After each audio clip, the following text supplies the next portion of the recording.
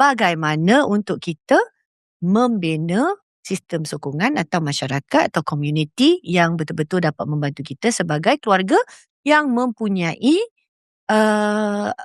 yelah orang tersayang, ahli-ahli keluarga yang neurodivergent. Because if you just say autism and then you tak nak expose apa-apa, people don't know you nak connect you dekat siapa. Siapa yang macam exactly. sesuai. I pergi awal untuk terapi and then sure ada parent yang tengah menunggu anak. Yep. So kita start a conversation.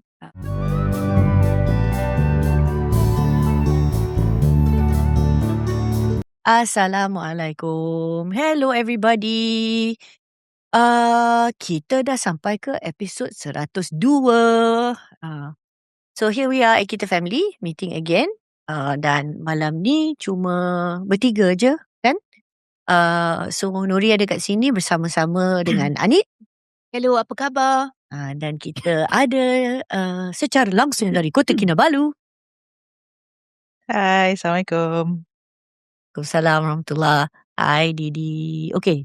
So here we are back again dengan insyaAllah another episode menarik.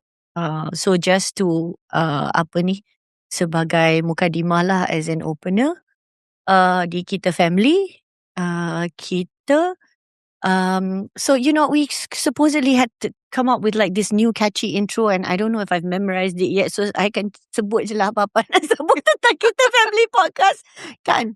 Kita 5 orang ibu hendak meraihkan neurodiversity kerana kita percaya bahawa setiap minda itu unik, setiap cerita itu bermakna dan setiap keluarga ada kisahnya. Yay!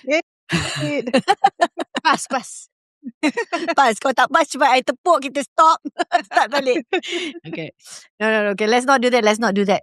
Kita, yelah, malam ni recording kita dah agak lewat malam. So, marilah kita teruskan dengan episod pada hari ini, iaitu bagaimana untuk kita membina sistem sokongan atau masyarakat atau komuniti yang betul-betul dapat membantu kita sebagai keluarga yang mempunyai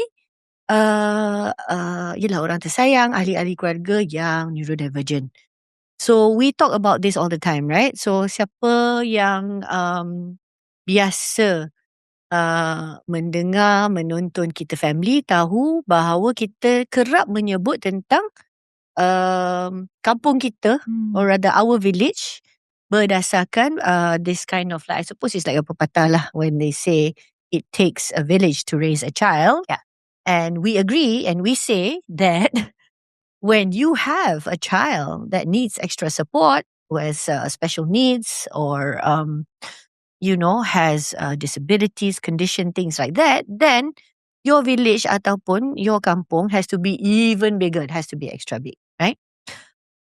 Ini adalah sesuatu yang memang kami tekankan. But I think we did receive feedback, kita mendengar juga dari pendengar luahan mereka bahawa masih ramai yang berasa sunyi, berasa terasing, belum macam mana nak sebut ya, tidak ada lah I would say, tidak ada sistem sokongan atau community yang betul-betul dapat membantu mereka. Itu satu. Dan keduanya, I think kita menyebut tentang mengapa ini diperlukan, right? And the apa yang diperlukan, right? The type of friends, kalau kita merujuk balik kepada episod yang ke-100, kita ada menceritakan bahawa kita memerlukan kenalan atau hubungan yang we can count on lah. Memang kita boleh mengharapkan, especially dalam emergency ke apa, dalam keadaan yang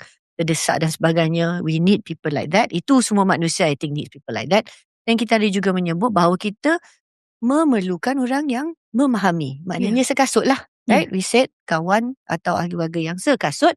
So that means kita tak payahlah kadang-kadang cerita panjang lebar atau mengharapkan empathy atau orang memahami kita. Memang sudah faham kerana situasi mereka agak samalah, ada kesamaan dengan kita. Dan yang ketiga, kita nak orang yang ada kepakaran atau maklumat daripada pengalaman sendiri, which means it's gonna be maybe not just a fellow parent, tapi pakar terapi atau doktor atau sesiapa yang mungkin memang bekerja dalam community kita lah, right? Part of it we know. So we talked about why, we talked about what.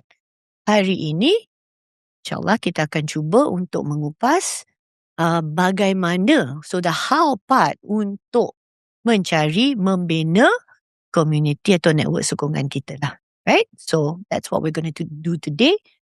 I actually want to start off dengan Didi di Kota Kinabalu kerana memang inilah antara benda yang Didi terpaksa buat bila dia berpindah dari Kuala Lumpur ke Kota Kinabalu. So this is real life. It's not just the fact that, Didi dianggap kind of a more senior parent lah. Journey dia dah more than 10 years or whatever. And then benda ni semua dia dah buat lama dulu. Tak juga.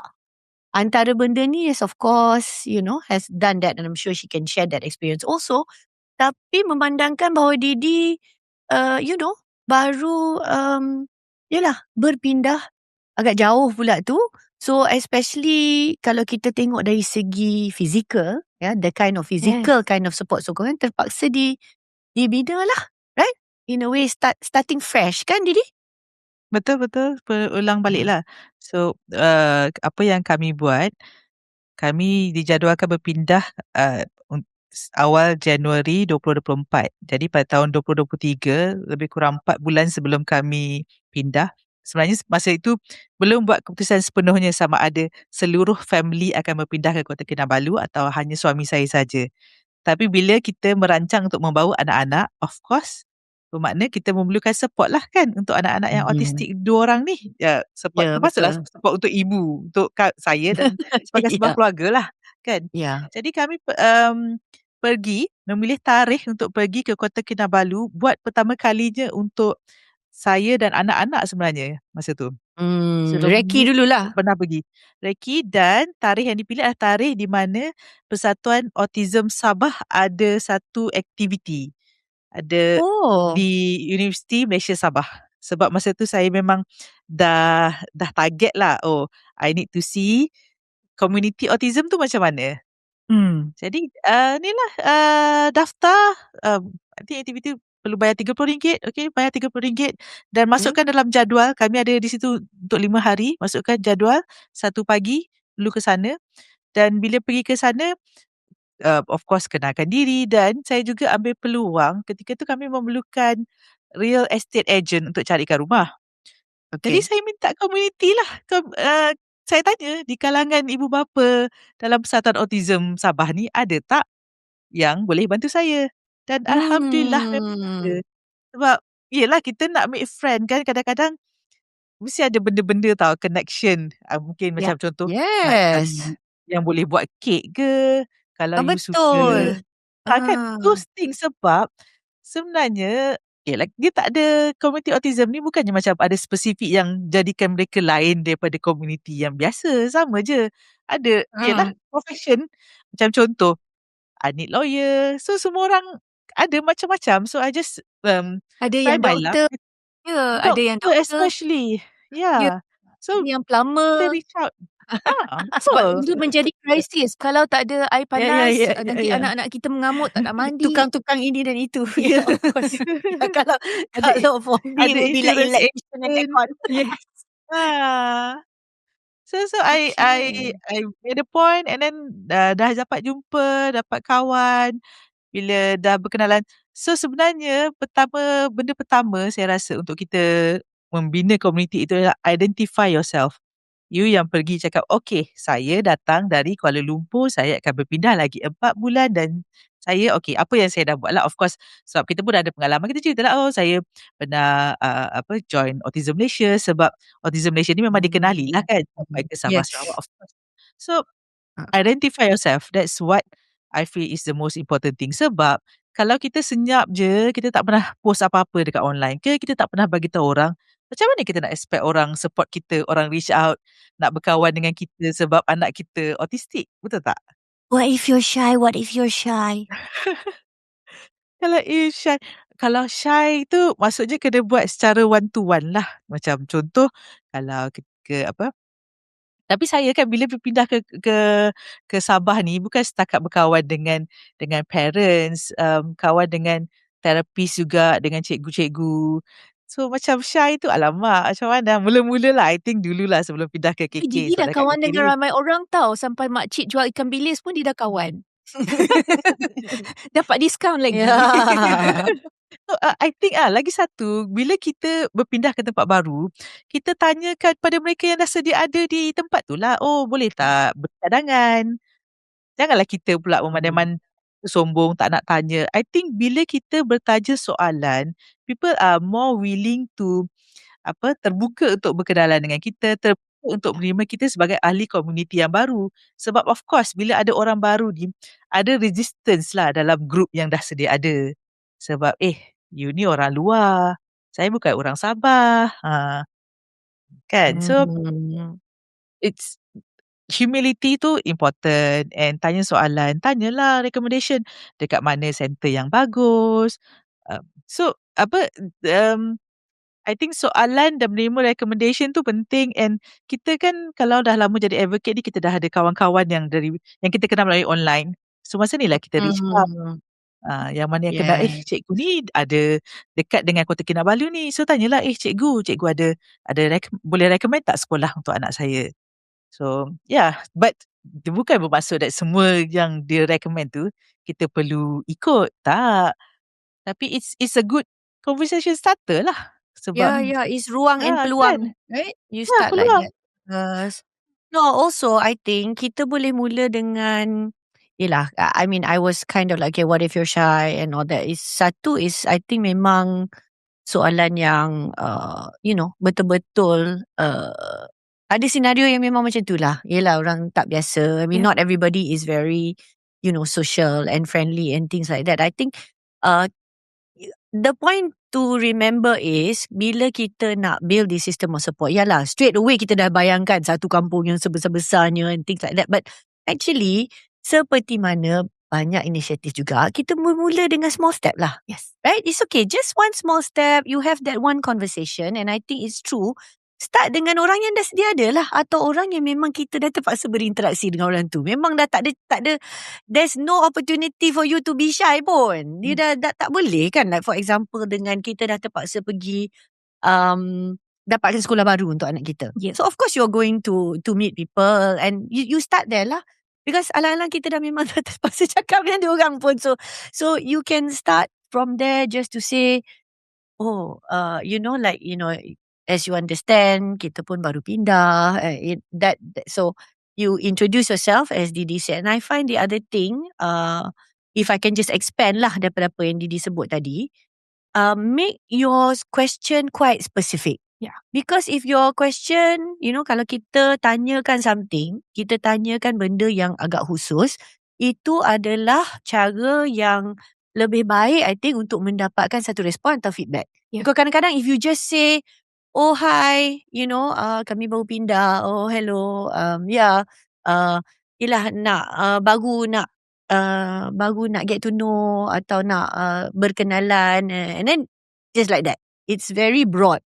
So usually kalau pun orang akan sambut atau siapa balik kita dengan oh hi, welcome, that's it, right? So it's better if you ask very specifically. So sebagai contoh, macam Didi katalah, tanyalah mana center yang bagus, pusat terapi ke, terapis yang kita kenal ke, ataupun sometimes it's things like mana nak pergi gunting rambut anak I. Yeah.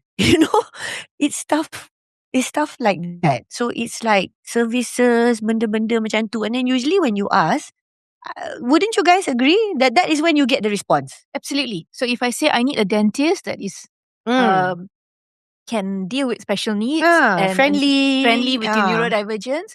Yeah. Kalau kita tanya, dia orang akan tanya, ada yang akan cakap, tapi I pergi dentist biasa, I tak tahu dia okey ke tak. Tapi dengan anak I okey.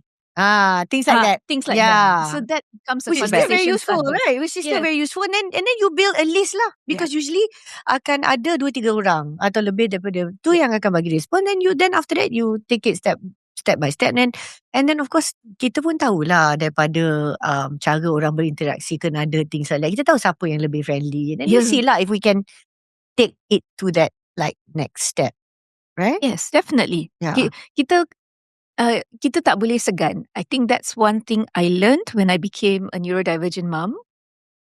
Kalau you want to get somewhere, you kena tanya. Information Cannot lah. So tak takkan boleh malu-malu. tak boleh malu-malu. You have to Information build takkan. your thick skin lah. Yeah. Too bad, is it? Yes. Too bad. Too Just build this new skill. Yes. Okay, you Yes. heard it from Anis. Absolutely thick skin. And then if you don't ask, information is not going to fall at your lap. But if you Okay. ask, even if someone doesn't know sometimes, mereka akan cakap, tak apa, I tanya kawan I. And then dia akan PM. Kawan I cakap macam ni. You cuba. Kalau okay, you bagi I feedback. Kalau tak okay pun bagi feedback. So, kita ada pengalaman bersama kalau kita cuba and cakap, okay lah, thank you for the recommendation. Terus jadi, jadi saya boleh recommend kepada orang lain lah kalau you kata okay. So macam mana ni? So that sort of builds a rapport. Yeah, and then after that, you will be the person yang dapat membantu orang lain. You yang akan ada maklumat. So whenever you also then offer support, you are, somebody who is the resource. That's a good way to connect with people as well. Yes. Because you yang sanggup membantu. Betul. Right? Betul. It's okay kalau malu, tapi janganlah sombong. Okay, that's a good one, Didi. That's a good one. That's true. Exactly, because I find that our community of parents, di mana-mana pun, whether it's like online, whether it's Malaysia based or not, or very local or whatever, I think we're pretty friendly, right? We are. I think the only- families with kids who are neurodivergent, or kids with disabilities, kids with kids who need extra support, sometimes because of illness, because of rare conditions or things like that. I think we know what it feels like, and usually we are friendly, right? So I think to Didi's point, if you are a bit shy, malu-malu, you're not ready to interact first. Kalau orang yang datang tegur you, you tak boleh lah sombong. Time tu you kena sambut lah. I mean, alhamdulillah if somebody is going to reach out to you first, right? That's great. Kalau tak, tak boleh lah.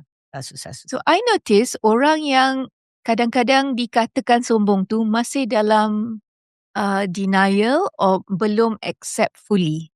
That's been my experience. True. And so I've learned not to judge them. I've learned to just say, okay, mungkin they're still processing. Belum sampai lagi tahap yang boleh bawa berbincang. Apa, kita bagi masa dulu. Bila diorang ready, at least they know. If you just introduce yourself and say, hi, by the way, I'm so-and-so. If and you get that vibe to say, don't touch me, so you don't touch. You undur diri sikit. Tapi tak apalah. Biarkan je dulu. Bila dia perlu, dia akan cari kita. Bila dia perlu, dia cari kita. Yang tu pun boleh. Tapi kita tak boleh judge. Sebab ada orang yang tengah proses. Ada orang yang takut. Sebab ada yang cakap dengan I, my mother-in-law told me, don't tell anybody. My mother-in-law told me, don't discuss. Then if your child is okay, then people think like you go and discuss, nanti orang akan ingat yang anak you tak okay. Then takkan cakap, tiba-tiba tanya depan orang, anak you dah okay, hari tu tak okay. So, they have that sort of mindset as well. They want to protect. But, I think in today's world, we're trying to move away from that lah. Yes. Right? We want them to understand that the situation yang kita hadapi ni pun, what we are going through ni is, look, it's also normal. And it's just, it's just the way life is. It's not something for you to feel, that whole segan and, malu and all that in that different way lah. In terms of like shame, atau, yeah. Okay. So I want to ask you something, Anit. I know that you have supportive family lah. Yes. Okay. You have your adik-beradik, your sister and brother. They are really good support to your kids. So in a way, I would say you are blessed, right? Absolutely blessed. Yeah. So tell me a bit about this. Not everybody is blessed lah. Yeah. Okay. So I invite you to comment, and then macam mana you nak, how are you going to give some kind of tips ke nasihat kepada orang yang mungkin tak ada sokongan seperti Anit ada?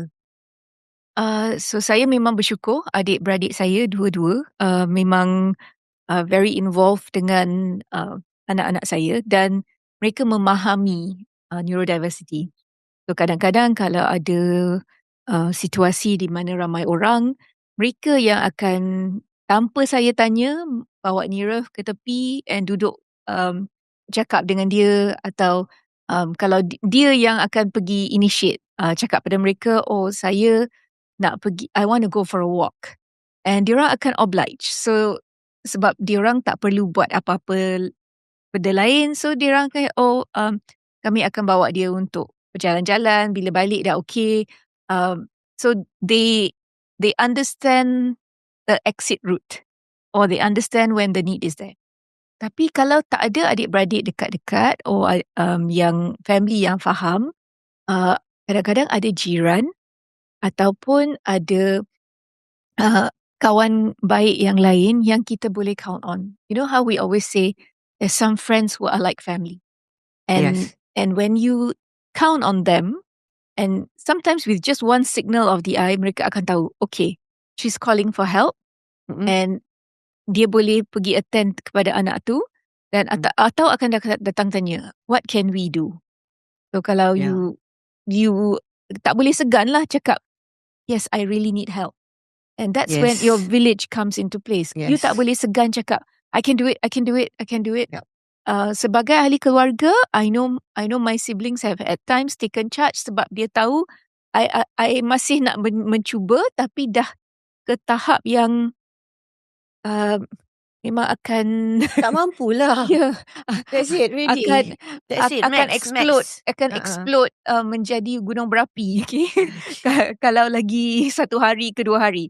So mereka akan intervene. Tapi bukan semua orang akan faham seperti itu. So if I can say, kita mula dengan apa-apa connection dan hubungan yang memang dah wujud. Ya, dia sedia ada. So satu keluarga. And keluarga, janganlah kita fikirkan keluarga terdekat je. This is the time that you nak ingatkan your cousins, pupu, auntie, uncle, things like extended family. Sometimes it's your extended family where you have potential connection. I mean, I actually have cousins who also have an autistic child. So, well, there you go, genetic connection for one. But just coming back to this thing about how satu, you start with family. So, maknanya you try to grow and strengthen the relationship that you have lah. And as Anis said, as Didi also said, I think the message is memang kita tak boleh nak segan-segan and be shy at this point in time. Start with your family. The other thing is, kita boleh juga mula dengan, yelah kawan-kawan like, you said you have those, sometimes you already have friends that are very, very good friends. Not all of them will translate into your community. Yes. Community dari segi definisi bahawa kita ada satu, persamaan atau benda-benda yang menjadi kepentingan kita semua atau kita sanggup, give and take and things like that. Not all your friends and family will become your community lah. Unfortunately, that's the truth, right? Your relationship with them, sama ada dia akan macam tu je lah daripada dulu sampai sekarang tak ada berubah sangat ataupun ada dalam keadaan tertentu where actually the relationship Towers. It is, it becomes worse or it's not, it's difficult because you're not that person anymore. Yes. Once you are this parent and you have new priorities or whatever. So that is the truth about friends and family. But antara friends and family ni pun akan ada seorang, dua atau mungkin lebih daripada tu. InsyaAllah if you're lucky will be more than 5 that will they will step up and your relationship with them will grow even stronger compared to before. I have aunties to be so grateful for as well. One auntie, especially in particular, and my cousins, Timo goes to their house like 2-3 times a week. And they've just opened the doors for him. It's bila terfikir pun sebab juga teringat, about how, insyaAllah, how wonderful they've been. Yes. Really, really godsend. And it's like, so suddenly there's this like next level of the relationship that you have, And then the third group of yang dah sedia ada is of course, as mentioned before lah, people yang memang you have to interact with. Cikgu ke, pakar terapi ke, doktor ke apa. Actually at the point of diagnosis pun, you should actually ask your doctor. Kalau doktor sendiri tahu about, other support groups, where to next, continuing education ke, parenting, whatever, ataupun dia kata, do you know anybody amongst your existing patients, clients, whoever that, might be able to connect with us and things like that. That's how some of the connections Happen. in my own journey, that's how it was made. It was through the experts, or it's through attending an event like a talk or a seminar ke apa-apa, and then Macam you kakak just connect. punya place, kat Oasis Place. Yes, Masa ada seminar, masa ada conference, then you meet like-minded people because they're all there to learn about the same thing in neurodiversity. Puan Nik Nadia telah menjadi seorang speaker yang datang ke Kids Gym pada satu masa dahulu to do like a talk for family support, right? It's just, I mean, mashallah. So things can come from all sorts of different places, but you start from there, what you have, right? So start to build that connection, kan? One by one. Okay. Anybody else have some very practical tips? Let's go back to Didi. Didi, give us another very practical way for somebody to start to cari atau build their community ni. Okay. Just nak cerita tadi, go back just a bit pasal bila you tanya doktor, your pediatrician kan, macam boleh tak connect me to any group ke kan.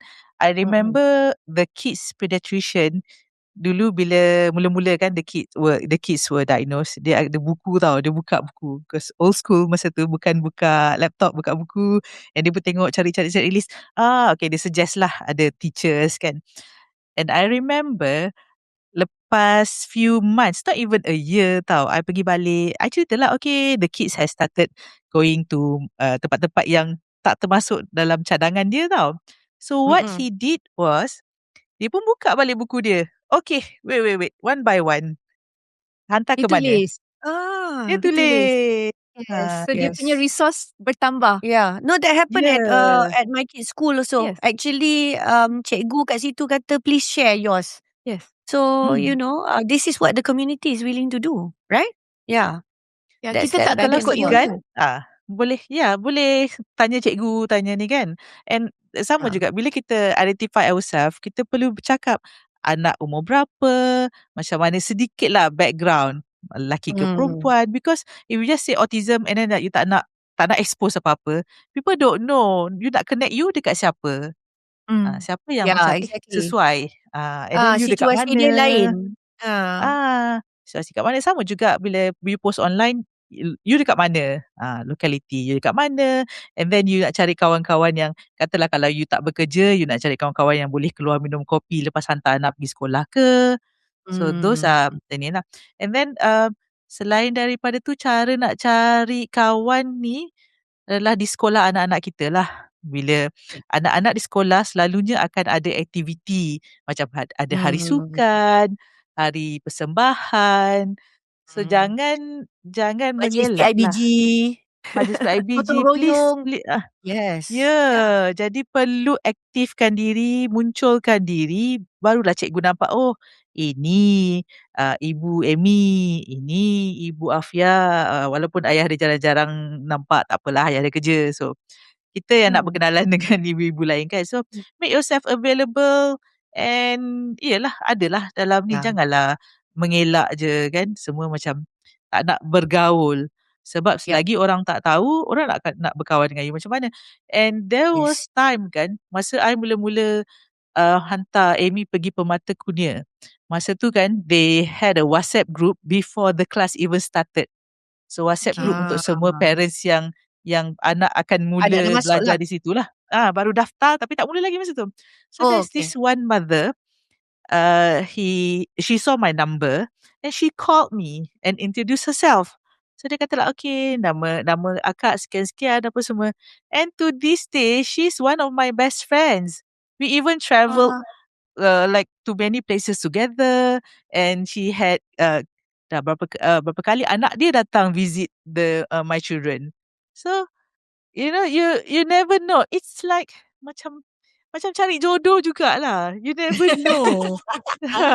You kena ada effort. This is not the Bumble and the Tinder, tapi ada juga kelebihan. I bet you there's an app somewhere that it like connects like, families like us or whatever, but maybe it's not a Malaysia-based thing, kan? I mean, come on, there's an app for everything nowadays, kan? Mana lah tahu. So whoever wants to do a startup, this might be a good idea. Yes, maybe. I think we will, okay, before I forget, nanti some of the things that we are going to recommend, And we're going to look up more things as well, verify juga. Because sebagai contoh, katalah kalau kita nak cadangkan join an online group whatever, I think we need to also be aware of things like ada yang moderated, ada yang tak moderated, ada yang like, so you ada need to verified, make ada yang not you verified. need to make sure that you only do what is like comfortable for you lah, right? And even if it is something that ramai orang suka, ramai orang dah, dia orang rasa macam, oh, inilah my go-to, inilah whatever. Maybe it might not be for you, right? So take everything very carefully. We'll also try to share with the best of our knowledge. Can I just say that another yes. place yang I sendiri dapat kawan is therapy waiting room. So macam mana I pergi awal untuk therapy, and then sure ada parent yang tengah menunggu anak. Yep. So kita start a conversation. How long have you been here? So how old is your child? And then kadang-kadang anak kita habis therapy, kita kena flexible sikit lah. Tak nak lari, like straight away lari. Okay, so if your child needs a bit more time to put on the shoes or to do something like, I want to play another 5 minutes, because certain therapy centers tu memang best untuk diorang. So mereka tak nak balik secepat mungkin, right? So take advantage lah of diorang tak nak balik, rather than you get mad and correct. you want to go back. Then you go, okay, maybe this is the time to chit-chat lah dengan another parent. Dengan another parent yang lepas tu. Yeah. So, I mean like share stuff. So tadi I was about to say, masa Didi cerita about how kita nak kena aktif dekat sekolah sebagai contoh kan. Tak kisahlah whether we're talking about sekolah biasa ke, sekolah swasta ke, PPKI ke, kat PDK ke, whatever is considered the sekolah or the pusat for our kids. Sometimes, to be fair, memanglah kedua-dua mak, ayah, the parents, we're working, we have to work. So not everybody has the time to really participate. So okay, we understand. So they're like, oh, senang lah check up. Tapi kalau kita bekerja, bila kita ada time nak pergi jumpa and all that? I said, well, try to do something sebagai pengganti diri lah. Even if it's a very small thing, whatever, please go to the supermarket and look at whatever. Sometimes the chocolate lah, biskut entah apa on sale or something. Make sure lah you send that in to the school to give cikgu apa-apa lah yang setakat mampu. Okay, kalau kita, okay lah, you have to think about it, you have to budget. If you cannot, always buy something or whatever, maybe you can make something lah. Akan ada caranya kalau kita sanggup, right? Atas kesanggupan kita bolehlah cari satu idea untuk menunjukkan bahawa kita adalah orang yang ingin menyumbang lah. Kita pun nak be part of the community. There has to always be this thing about, that give and take lah. So to show that you are part of it. And once in a while, I think, why not? Takkanlah tak boleh ambil cuti langsung. Right? Plan awal-awal. You plan early. I mean, look, guys, or whoever is listening, right at the beginning of this episode, what did he say? When even I didn't know that, perancangan dia daripada awal tau. Bila dia nak pergi untuk, make sure that dia sendiri dapat, tengoklah tempat yang akan jadi. The next home. Yeah, the next home, the new city, everything, bawa the girls. And then obviously is all these things like, okay lah, nak kena cari rumah ni, everything, all the important things. But look at what she did. She was like, okay, let's look at what autism communities exist in Sabah.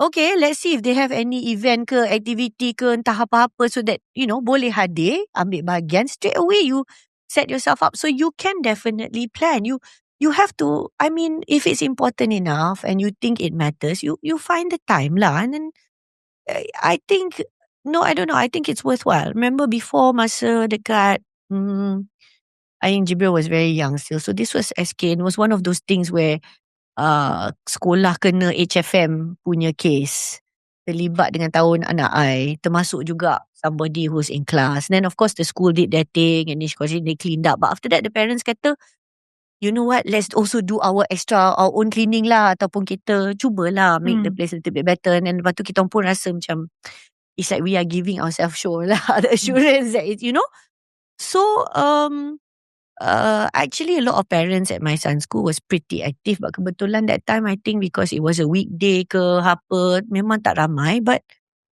I think I'm really glad I went, and it was not just one or two other moms there. There was also like a dad. And we were very happy to see each other there and to go and, menyental lah the desk ke, the floor this or whatever. And you straight away feel like, it's like you've just built a connection because shared you mission. all showed up, right? Then immediately you already know, orang ni boleh dan sanggup. Okay. Senang lah. You pun rasa macam, okay lah, I pun nak buat kawan lah dengan orang macam ni because ada, ada kesanggupan dia untuk, datang buat whatever lah dekat sekolah, helping out the kids' school and things like that. And then, sometimes, yes, it requires that you have to, ambil cuti ke or whatever, but think of something where you can kind of contribute. And also, pergilah berkawan dengan buat baik dengan parents yang always at school. Because diorang usually akan not just jaga anak diorang, but they will look after your child also. Yeah, they become my This eyes and wonderful ears. friend. After that, she was the one yang organize the boys to makan. Lepas tu diorang pergi solat together. I mean, she doesn't go to the masjid lah, but she organized the boys to eat before they went. So it was like, she was there. She had the flexibility to do that. I couldn't do that every single Friday or whatever. But there's this wonderful friend. And we are still friends until today. Our kids started being friends daripada tahun 1. And then sekarang, oh my goodness, the boys are already, mashallah, they're 18 now. We're still friends, alhamdulillah. So, okay, let's take a little break. And then we're going to come back and talk about a few more practical things. And then we are also going to, okay lah, I tak nak use perkataan cabar, but I think I want to bagi cadangan and just try to encourage you to, all those who are listening yang belum cuba lagi atau belum berusaha untuk build their community. I think we're going to have some ideas so that maybe, inshallah after they listen to this episode, they will feel like, okay lah, I can do this one thing. Yeah. Okay? Alright, we're taking a break. See you in a bit.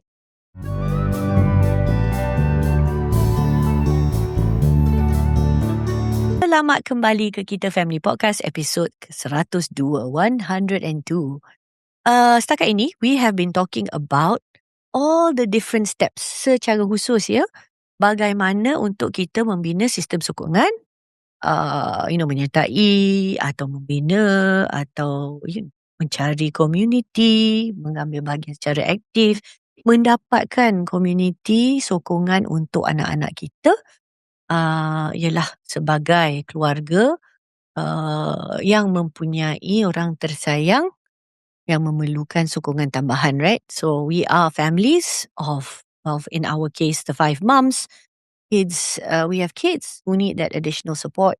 And we started off by talking about, orang selalu sebut dan kita sendiri pun selalu sebut about the village, right? Okay, so let's go into, there are 2 possible very meaningful places that kita belum kita dah sentuh tapi maybe belum habis mengupas lagi, di mana kita boleh cuba untuk menyertai atau mewujudkan community kita di situlah. So I'm gonna go to Didi because she also has very good experience in this space.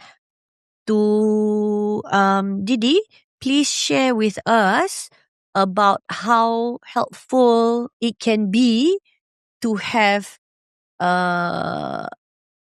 online support lah, in a way kan. We live in this age of tech and social media, and I'm not talking about AI, okay? AI doesn't replace any human connections, so please be very clear, I'm not specifically talking about that. Even though it can be useful somehow, but we're talking more about the very real connections. So, Didi, please share with us how people can build some support online, and maybe even some tips juga lah, the do's, the don'ts, yeah? Take it away. Firstly, of course, melalui pengalaman saya menyertai Facebook Autism Malaysia. So, dari Facebook Autism Malaysia lah dapat tahu perkembangan dalam komuniti autism sendiri. Boleh masa tu dapat tahu, akan ada pembinaan pemata kunia. Itu memang betul-betul mula daripada Facebook Autism Malaysia. Even kalau tengok balik berita ketika majlis pecah tanah pemata kunia di Sentul tu, ibu bapa yang hadir di situ adalah memang komuniti dari Facebook Autism Malaysia. So they were like very early group lagi lah. Ini sebelum saya join lagi mereka, sebab Facebook Autism Malaysia ni sudah lebih 16 tahun kalau tak silap. So jadi dalam Facebook ni kita dapat perkembangan lah, tahu apa event-event yang akan diadakan dan yang Berita. berita tentang Autism Malaysia ni, di mana kami ada moderator. Jadi buat masa sekarang semua post akan dilihat oleh moderator. Dia tidak automatic boleh post. Ada saringan sebab kita tak mahu post yang controversial, post yang tidak verified, ataupun kan ada method-method yang tidak evidence based. Jadi kita jaga tu, and then of course kita tak nak community ibu bapa ini diambil kesempatan, sebab kita pun pernah mengaku kita dulu mula-mula jadi mula-mula anak kita dapat diagnosis, kita desperate, kita nak cari cure untuk anak-anak kita. Jadi moderator inilah yang melindungi community ini daripada terjebak lah, sedaya upaya kami. Kalau ada post, itulah ahli-ahli community, ahli-ahli Facebook Autism Malaysia ni sendiri pun sangat function tau, di mana kalau ada post yang macam tak kena je, mereka akan flag cepat-cepat. Mereka akan tag moderator, mereka akan flag. Jadi senang, cepat-cepat kami boleh delete. And then kalau macam berkali-kali, kita boleh ban terus Facebook user tersebut. Kenalah ada guidelines. Takkanlah like all the time menggunakan bahasa kesat dan cari gaduh kat situ, all that. So many things lah. I think it's very useful to have a moderator. So it's important to know, kadang-kadang kalau ada group yang kita join, tak semua ada moderator ya. But you see lah tahap kesanggupan and whether benda tu memang sesuai untuk you ke tidak. Please continue. Sebab ada yang rasa macam kenapa nak sekat-sekat pandangan saya, kenapa perlu ditapis. Tapi kami cuba sedaya upaya lah untuk melindungi ibu bapa yang baru terutamanya. Dan juga tak maulah ada scammer. Kadang-kadang kan ada yang post, saya orang susah. And then bila ada yang nak membantu, minta alamat, kami ada squad yang boleh membantu. Bukan Autism Malaysia lah, maksudnya ada yang mereka yang tertentu kan, yang kata, kalau awak di Ipoh, saya ada kawan di Ipoh yang boleh bantu. So ada yang minta alamat, tapi bila minta alamat, mengelak-mengelak, hanya nak bagi nombor account je. So kita cakap, ini scammer ni. Benda-benda macam tu pun kita cuba kawal lah. Dan selain daripada Facebook group, yang saya sertai sekarang adalah WhatsApp group juga. So kita dapat lihat lah, kalau WhatsApp group ni dia lebih terhad, sebab kan sharing dia pun dalam bentuk teks ataupun link saja. Dia tidak sebanyak macam di Facebook yang kita ada gambar, ada video panjang-panjang. So dapat dilihat lah, dia punya admin dia memang I tak boleh bayang lah macam mana punya kesabaran melayan kerenah-kerenah ahli ni.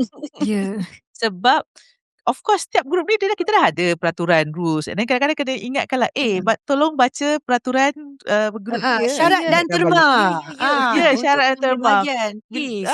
Kadang-kadang dah jadi hangat, dah terpesong daripada tujuan asal grup, dah cakap pasal benda lain pula. So please kena follow the etiquettes, and then perlu respect each other. Jangan kadang-kadang macam kena bagi peringatan kan? From time macam to time. Selalu je. Selalu je. Fear, of course. Setiap kali ada grup baru masuk, kena bagi peringatan. Ini adalah peraturan-peraturan bagi platform ini. Tapi itulah nampak juga ada usaha-usaha untuk create group berdasarkan karakteristik yang lebih spesifik lah. Yang itu pun lebih membantu juga kadang-kadang, sebab bila dah campur-campur semua, macam disability campur semua pun dah hilang fokus. So banyak usaha lah. So it's very interesting. Tapi saya cadangkan ialah untuk mengetahui apa group yang bagus, ataupun macam kalau WhatsApp ni, you macam perlu recommendation lah ataupun invitation. Jadi perlu ada seseorang yang memang dah ada dalam grup tu untuk dapatkan your number dan beri pada admin, dan barulah you boleh dimasukkan dalam grup tu. So untuk dapatkan maklumat-maklumat tentang Facebook dan WhatsApp group ni, you boleh tanya pada your therapist, tanya pada guru-guru, tanya pada kalau jumpa doktor kan, pada doktor juga. Dan sebenarnya at the same time kita pun mengharapkan supaya doktor-doktor dan therapist ni mengambil feedback lah daripada parents. Apa group yang you dah join? So that benda ni boleh disebarkan. Kan. So bila ada parents tanya, oh you dah ada dah list tu. Macam yang My Pediatrician did kan. Dia ada list tu. Kita mengharapkan sangat that diorang ambil kisah beyond the diagnosis, right? They don't just okay lah lepas tangan. I've given you your paper and whatever and think I wish you all the best. Good luck to you. We hope that our clinical psychologists, pediatricians are bukan jenis macam tu lagi lah. That is just like good luck, bye kan. Ada juga invest in knowing the information and what's going on out there in the community. So Didi, do you think when you join this kind of group, like straight away this is one of those moments yang kita terus kena kenalkan diri ke macam mana? Like how do you suggest people start to participate or just be part of macam ni? What are some patut kita buat ataupun apakah antara adik-adik yang tidak ingin kita lihat? I mean, you know what I mean. Okay. Kalau WhatsApp group, selalunya memang admin sendiri bila dia dapat nombor tu dia akan introducekan lah. Okay, kita ada ahli baru.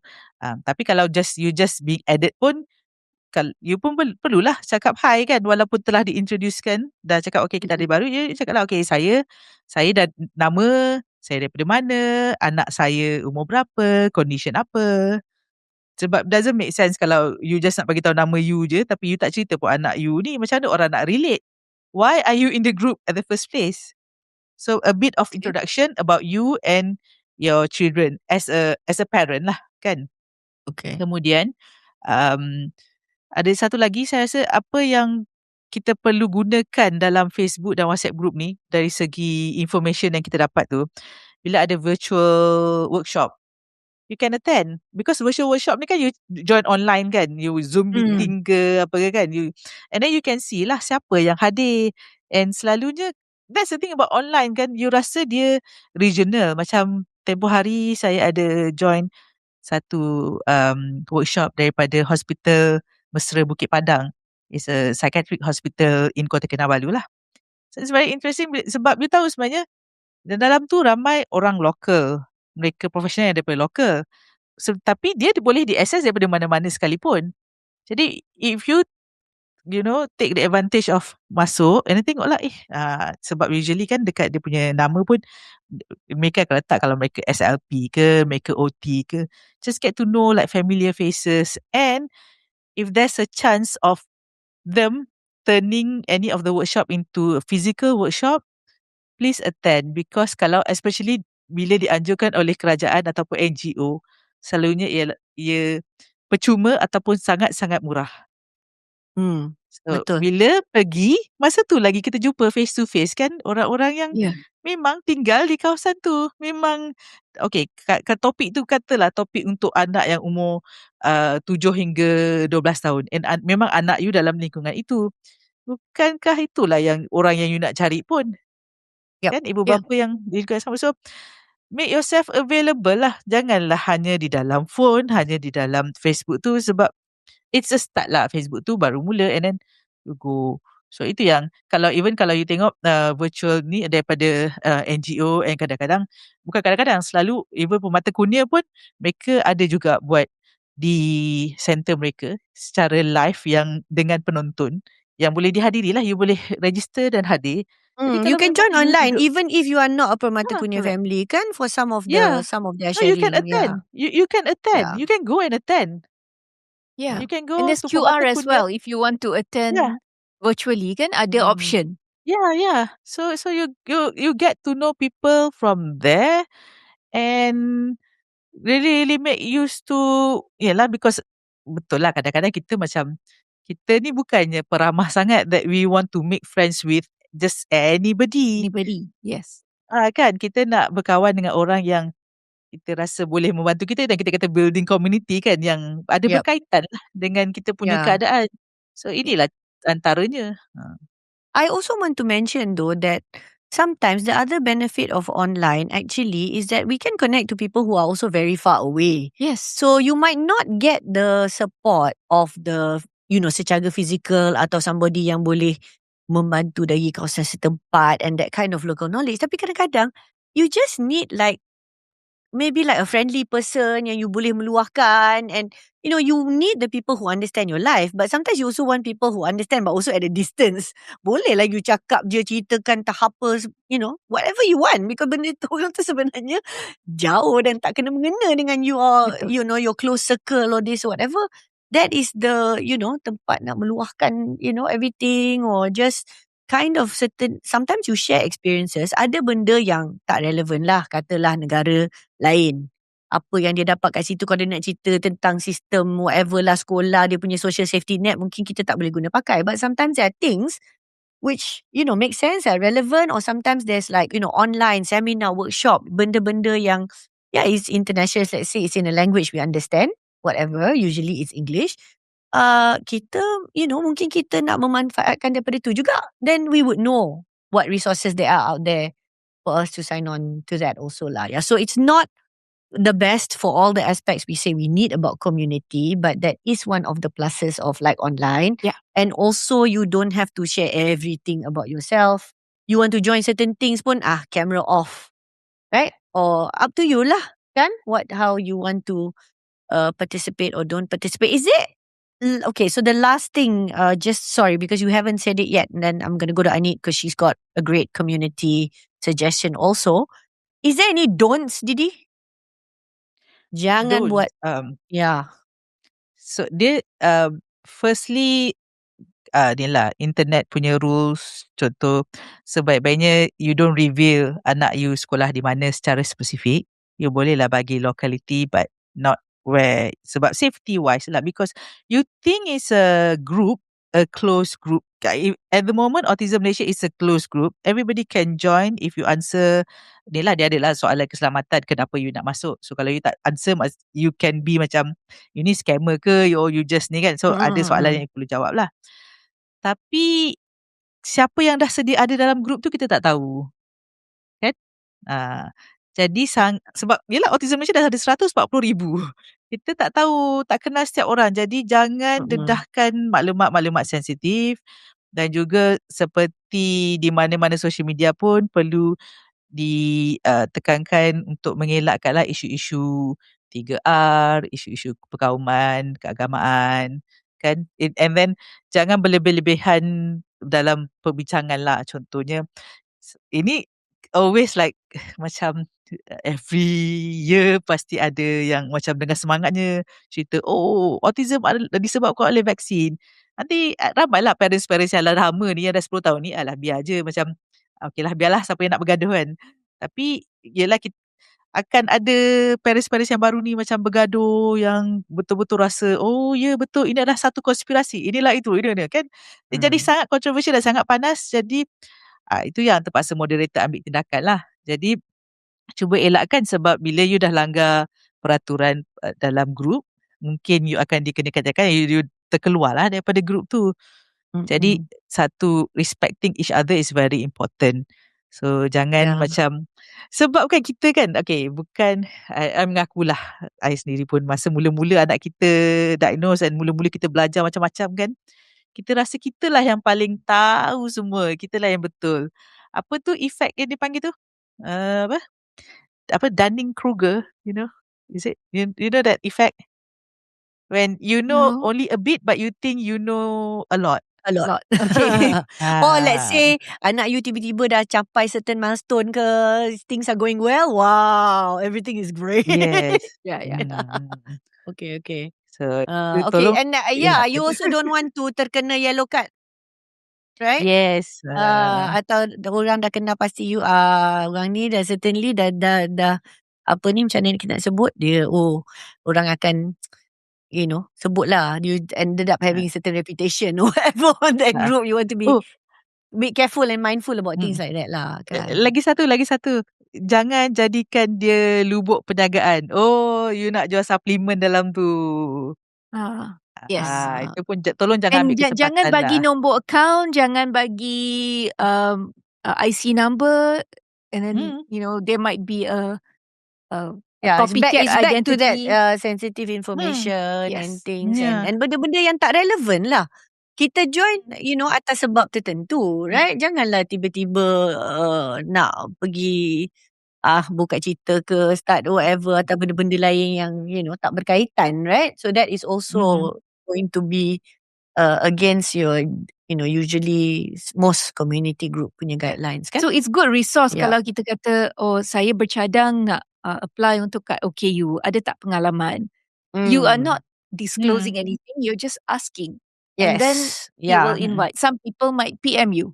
Some people might reply in a comment. So itu menjadi satu soalan yang mungkin saya rasa memang patutlah tanya dalam group. Yeah, things like that is so actually those kind of questions, those are like the best for these kind of groups kan? Yes. Because you really meet people dengan real life experience and Pernah sometimes tak can you give bawa you anak you naik train ke, naik kapal terbang ke, boleh tak share tips? macam gitu. I think that day when we did our episode ke-100, we met a parent yang tak tahu pun KLIA ada butterfly effect. Tak tahu pun ada perkhidmatan sokongan untuk hidden disabilities, untuk OKU intellectual and things like that, right? So it was, can you imagine? But because there was a get together, there were parents, a group in person physically. We had our episode 100 live, right? And it was an opportunity to meet other people, and then you will find out things that you didn't know. So that's one of those really cool things. Okay, let's go to Anit. This is definitely one potentially good community, especially in Malaysia, kan? Yeah. Tell So a us lot of about the faith community. So a lot of them have got faith-based groups. So you ada prayer meets, ada group yang pergi mengaji kat masjid, or you have those who gather together in churches to pray for certain worship in gurdwaras. If you have an event or you have a prayer, even in Hindu temples or wherever, whichever faith-based group you have. Many are becoming inclusive, kan? Many are becoming inclusive. Please join them. And I want to do this shout out sebab kadang-kadang mereka akan beri jemputan, and then jemputan itu untuk tahlil yang sejam setengah ataupun 2 jam. Kalau memang tak boleh, you tahu, you boleh hadir untuk 15-20 minit saja. Be upfront, cakap je. Sorry sebab anak I ni neurodivergent. Saya rasa saya sanggup hadir untuk 20 minit terakhir ke, boleh tak saya datang untuk sekejap, even in a just check, right? Just Yeah, check. Just check ask for the event. Boleh ke tak? Boleh ke tak? Just a question like that will get you a positive answer usually, to say, hey, come on later, or maybe you should come here. And then kadang-kadang ada yang akan bagi tahu, oh, hari ni ada packed food, so sebelum balik tolong ambil sekali. So things like that become easier for you, so that cara nak balik tu anak you dah makan. Kalau mereka kata, oh, today there is no food being served, you can prepare. You can prepare. And then tunjuk minat lah. You cannot show up for the whole thing, or even if you tak boleh hadir langsung. A lot of like for example, Qariah Masjid or whatever, they will have a WhatsApp group. Yeah. Right? For people who are regular and things. So there are things that you can do in that. And I think, I would say across semua lah, all religions in Malaysia ni, people very welcoming kan. They And are. They memang nak membantu and things like that. So maybe that is the one. That is the way you might find those kind of people who will actually end up being the kind of community yang will help you really, really actively in person, give you the resources that you need, give you maybe some respite care, support for you as the caregiver kalau tak boleh support directly anak. Betul. Things like that. Kadang-kadang you dah hantar anak pergi therapy, kalau you ada this faith-based groups, you tahu pada masa ni ada something going on kat masjid, something going on in the gurdwara, something going on in the temple, you just go and drop in for half an hour. Sebab memang kalau tak, you duduk dalam kereta. You just go and drop in, join them for a short while, lepas tu keluar. Kadang-kadang the stress of pagi ni I tak masak, oh tiba-tiba dapat bekal. Itu pun menjadi satu kebaikan. Like those meal train things, right? You ask for that kind of, you can just ask for that kind of support. Like say, it will happen. Like, okay lah, we know, I think if we're active in any of our religious group, kita tahu orang akan sebut things like, okay, so and so masuk hospital, minta some kind of doa or prayer. Lepas tu boleh tak kalau bantu siapa, boleh tolong hantarkan makan untuk 5 orang sekian-sekian, whatever. People sign up for these kind of things. It will help. And there are initiatives like macam apa ni? Was it Desiree's church, right? They wanted to also start to be more inclusive, so they had like a seminar. And then Didi, you went to give a talk, right? Kat At masjid. Yeah. Because masjid tu ada initiative sendiri wanted to be more inclusive, kan? So itu daripada effort pelajar-pelajar UiTM. So they reach out to Autism Malaysia untuk saya datanglah mewakili Autism Malaysia dan buat sharing. Dan interesting enough that sebenarnya dalam AJK, di kalangan AJK pun ada mereka yang ada anak neurodivergent juga. So that's the thing. To be part of the community and to want to be supported by the current community, we have to, like I said, we really have to be in the community by identifying our children. Like, okay, here, anak saya autistic. And then for me, I want them to see my children when they are good in best behavior, so that whenever they see my children in distress, they know that this is not all the time, and this is really a hard thing. It's not, because it's not fair for the community to just learn about autism in a negative way. So it's very important for them to give opportunity. And then macam Anik cakap, is bila ada opportunity, mula-mula boleh bawa pergi masjid kejap je. Macam sekarang saya bawa Emilia pergi masjid, masih lagi belum waktu solat jemaah. Jadi tak apalah, kita mulakanlah sikit-sikit. Nak solat raya tak berani lagi because somehow I think I pun overwhelmed kalau solat raya ramai-ramai apa semua, nanti off guard tau, macam tak boleh nak jaga dia juga. So everything is step by step kan, sikit-sikit. So if we are not out there, macam mana kita yang kat rumah ni yang tak pernah pergi masjid ni tiba-tiba nak mengharapkan orang masjid tahu pasal kita dan nak support kita. So kan, But Didi, remember last year when you took Amy to Masjid Negara and she survived the whole Yasin?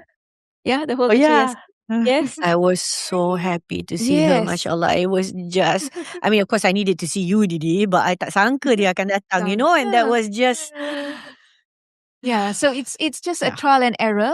And kalau tak boleh, kita ada exit strategy. Kita dah cakap berapa kali dah. You just exit and nobody will judge you. But sometimes it may just surprise you, and we pray for the day that you will be surprised by your child and by your child, by your community, by the place. And then it can be a good story to tell. Yes, really good story to tell. Okay, so on that note, as we finish off, I'm just going to do this very quickly. Okay, bagi sesiapa yang belum lagi memulakan apa-apa usaha lah, ataupun maybe new parents atau new family member baru mendengar tentang neurodiversity and trying to think about how they can maybe support somebody or build that community. So kita nak bagi cadangan sikit lah. Yalah, small steps you can try. Maybe you can even try right after listening to this episode or try this week. Okay. Okay. I'm just going to give a few. There's going to be many examples, but I'm going to give one, for example. So katalah you have either your doctor ke, psychologist, therapist, anybody who is this like sort of expert or memang dah ready support for your child. Ask them. Tanya kepada mereka. Ada tak mungkin family lain ke, mak, bapak lain yang you think boleh click dengan we all? Ataupun anak dia ke, keluarga, situasi keluarga dia ada persamaan ke? Tanya je. Of course kita tak tahu what is the response or what is the answer, right?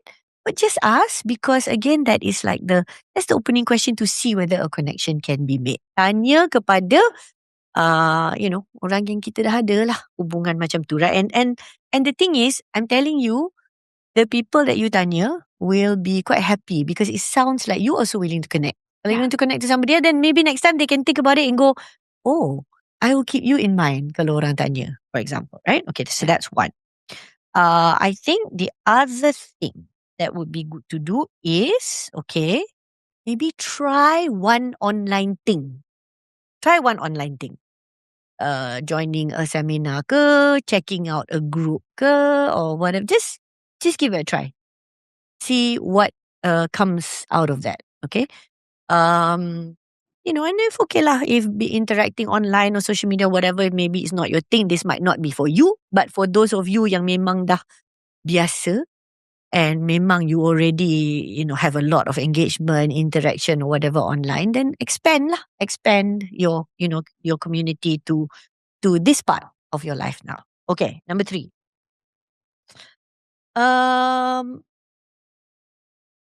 Pick somewhere yang memang katalah there is some place yang kita dah biasa pergilah. So maybe the most obvious thing is like anak kita punya tadika ke pusat ke center ke whatever. So if your kid is going somewhere or you are already going to that place selalu, try to talk to somebody maybe twice, right? To build that relationship. Kita tak boleh just tegur one time dan lepas tu dah tak cakap langsung. How do you build a connection to that person, right? So it can be anybody lah, whether it's the teacher kat situ ke, another parent ke, whatever. Try to speak to that person 2 times atau 3 times. Build some kind of familiarity and trust, right? So start to build that little relationship with somebody somewhere yang memang kita kerap pergilah. Memang kita akan pergi berulang kali, kan? Susah lah nak kata just okay lah, you connect a supermarket whatever. No, it doesn't make sense. But like what Anik was saying, waiting room kat luar therapy, whatever, Kids try gym, that, okay? kids Just gym, yes. play kids gym. area. No, so just somewhere yang kita pergi, okay? And the last one, let's say you are not ready to connect yet with anybody. Write something. Of course, now this kind of thing, drafting AI is useful. Just now I talked about stuff I don't want AI to do. But what I do like AI to do sometimes is to draft something for me. And in this case, the something is, jangan panjang-panjang, okay? 1 page tu cukup. Bagilah maklumat tentang anak kita atau keluarga kita. Get that thing ready. For some of you, memang benda ni diperlukan. Because you're about to start somewhere new. Ataupun you akan bertukar, right? Changing therapist ke, pergi tempat baru ke, thing or whatever. You need to get to know some kind of people or somebody's going to start working for you, something like that. But you should have basic information about your child that you are prepared to share. Yeah. Okay? Maklumat yang kita nak, orang tahulah tentang anak kita. Kadang-kadang kita ada 2-3 versi. Yeah. Ada satu tu mungkin lebih sesuai untuk OT sebagai contoh, therapist. Ada yang maybe lebih sesuai untuk kenalan baru. Yeah. Ada very friendly mom yang kata, and I had that happen to me. We became very good friends, but we started off because friend of friend. Kawan baik yang kenal kami berdua introduced us. And then this new friend did something yang my old friends pun tak pernah buat. Dia yang kata, bawa lah anak you datang rumah I. Biar dia biasakan diri dengan tempat-tempat baru. I was stunned. Because she's not my super close whatever old friend, right? But lovely person. She, Masya Allah, bless her. She already had experience with another good friend of hers who had an autistic kid. So she was like, just bring your kid to my house. You don't know. You just, you don't know where this, what you don't interesting, wonderful things or whatever, and things like that's going to show up. But in that situation, then she did ask, but also I should be able to say, ni antara, ni benda yang, mungkin akan jadi trigger. We want to watch out for these things. These are some sensory things. Dia suka macam ni, dia suka makan macam ni. Especially bila orang dah sanggup nak tanya kan. Janganlah time tu bila kita dah ada this opportunity, satu peluang dah buka pada kita, yang tu pula kita macam, okay, tak apa, it's okay. Maybe next time. I'm like, oh my God, insyaAllah. I mean, look.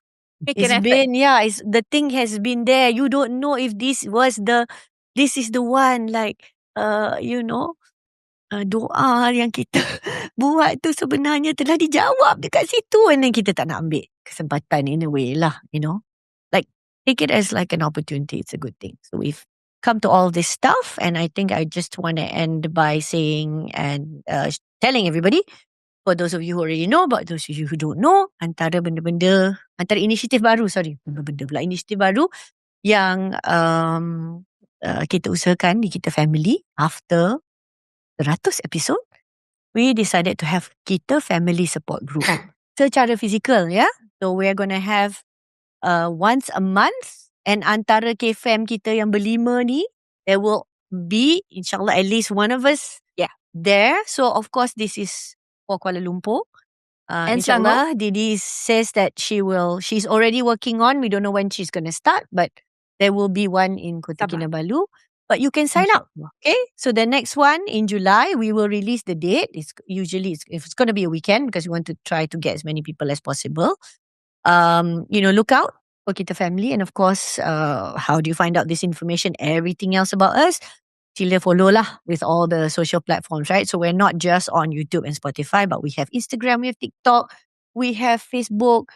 This is where you can reach out to us, and all of these channels akan ada maklumat bagaimana untuk berhubung dengan kami, dan seterusnya sekarang ini untuk menyertai, mendaftar, or at least just show your interest into the support group where we will meet actually in person, physically, to share, to start. So this might be your first attempt at community. If it's a nominal fee, but it is nominal, and we've kept it as low as possible. Look, this is one of the things that's worth it. Okay, just come and join us. Just come and join us. Okay. So thank you so much. Kami bertiga akan sign off sekarang. Terima kasih dari kami. Dan seperti biasalah, kita harap sedikit sebanyak apa-apa sharing dari kami ni akan dapat membantu. So until we see you again next time, right? Thank you. Assalamualaikum. Bye-bye.